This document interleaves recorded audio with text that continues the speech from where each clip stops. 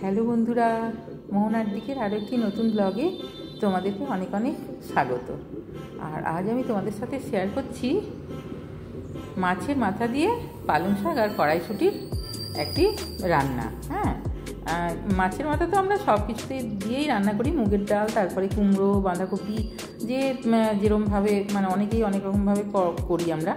তো দেখো, পালং শাকেতে কিন্তু ওই মাছের মাথা দিয়ে রান্নাটা করলে কিন্তু এটাও কিন্তু ভীষণই একটা টেস্টি ভালো রান্না হয়। আর পালং শাক তো ভীষণই একটা টেস্টি শাক। তো আজ আমি কাতলা মাছের মাথা দিয়ে পালং শাক রান্না করেছি। তো প্লিজ তোমরা পুরো ভিডিওটা অবশ্যই দেখো, আর পুরো ভিডিওটা দেখো আর অবশ্যই একটা লাইক কমেন্ট করো। দেখো, প্রথমে মাছগুলিকে আমি ভালো করে মাছের মাথাগুলি ধুয়ে ভালো করে তারপর নুন আর হলুদ মাখিয়ে রেখেছিলাম। তারপর এবারে একটু বেশি তেলেই কিন্তু এগুলো ভাজতে হবে। দেখো, মাছের মাথাটা কিন্তু ভালো করে না ভাজলে কি হয়, একটা মাছের যে একটা আস্তে গন্ধ সেটা কিন্তু থেকেই যায়। সেই জন্য একটু সময় করে লাল লাল করে কিন্তু ভেজে নিতে হবে। আর মাছের মাথা যত ভালো করে ভাজবে তত টেস্টটা ভালো হবে। তো সেই জন্য আমি মাছের মাথাটাকে প্রথমে দেখো একটু তেল এখন বেশি দিয়েছি, এখন একটু তেল বেশি দিয়ে ভেজে নেব। তারপরে তেলটা পরে তুলে রাখলেই হবে। এতটা তেল তো আমার রান্না করতে লাগবে না। তো দেখো, মাছের মাথাগুলিকে প্রথমে লাল লাল করে ভেজে তারপর তুলবো আর কি। তো এই রান্নাটা এমনি রুই মাছের মাথা দিয়েও হবে, তবে কাতলা মাছের মাথাটা তো একটু বেশি টেস্টি হয়। সেই জন্য কাতলা মাছেরটা পেলে তখন আর সেটা অনেকটাই টেস্টি রান্না হয় যে কোনো রান্নাতেই। তো দেখো, এইভাবে আমি আঁচটা মিডিয়ামে রেখেই ভাজছি। আর এমনিতে কি বলো তো, মাছের মাথা দিয়ে মুগের ডালটা আমাদের বাড়িতে হামেশাই হয়। তো পালং শাকটা যেহেতু এখন শীতকালে পাওয়া যাচ্ছে, সেই জন্য আমি আজকে পালং শাক দিয়ে এটা বানাচ্ছি। তো দেখো, মাছের মাথাগুলি লাল লাল করে ভাজা হয়ে গেছে। এবারে এদিকে তুলে নিয়ে তেলটা আমি কমিয়ে দিয়েছি। তারপর ওই তেলের মধ্যে দিয়ে দিয়েছি গোটা জিরে ফোড়ন। আর এখানে আমি খুব বেশি মশলা কিন্তু এখানে দেবো না। দেখো, গোটা জিরে ফোড়ন দিয়েছি আর দিয়েছি পেঁয়াজ কুচি। আর এখানে পেঁয়াজ দুটো বড় বড় সাইজের কেটে নিয়েছি। আর খুব ছোট করে কাটার দরকার নেই, যেহেতু পেঁয়াজটা এখন পুরো সময় ধরেই তো রান্না হবে। তারপরে দেখো, টমেটো কুচি এখানে আছে একটা বড় সাইজের। আর টমেটো কুচিটা দিলে পালং শাকের টেস্টটা ভীষণই ভালো হয় আর কি। তারপরে দেখো, পেঁয়াজ তারপরে টমেটো এগুলি দিয়ে খুব ভালো করে এগুলিকে ভেজে নিতে হবে। তো তারপর এর মধ্যে নুন আর হলুদ গুঁড়োটা আমি দিয়ে দেবো, একটু নেড়ে চেড়ে নিই।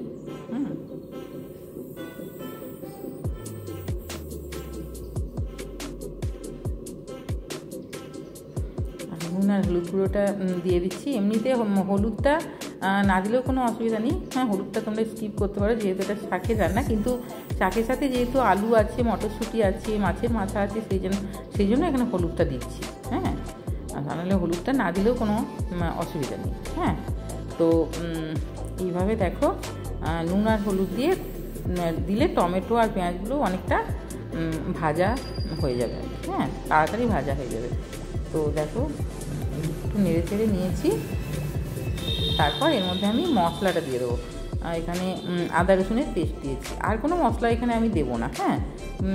আদা রসুনের পেস্ট একটু দিয়েছি, আর যেহেতু জিরেটা ফোড়নে দেওয়া আছে ওই জন্য এই মশলাতেই হয়ে যাবে। আর বাকি লঙ্কাটা দেবো পরে আর কি।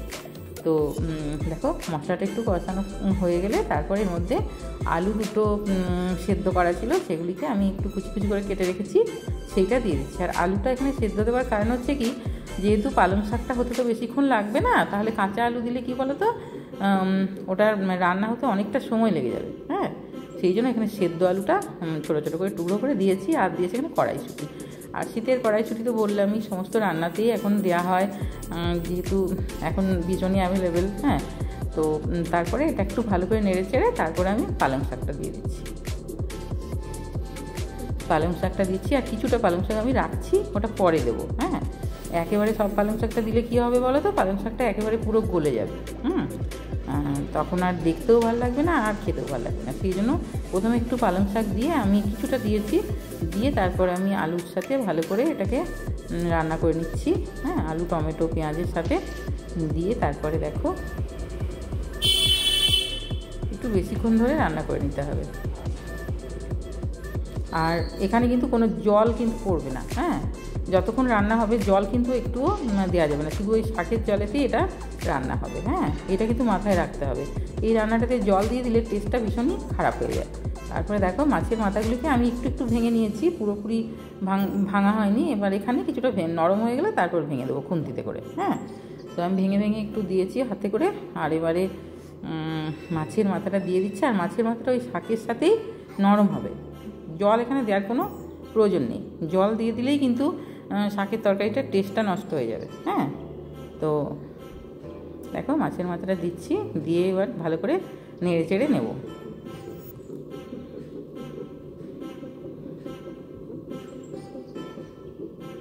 নেড়ে চেড়ে ভালো করে মিশিয়ে নেব সমস্ত জিনিসের সাথে, সমস্ত আলু, পালং শাক, মটরশুঁটি যা যা আছে সবের সাথেই এটাকে মাছের মাথাটা ভালো করে মিশিয়ে নেবো। আর কিছুক্ষণ মাছের মাথাটা রান্না করলে এখানে এটা নরম হয়ে যাবে।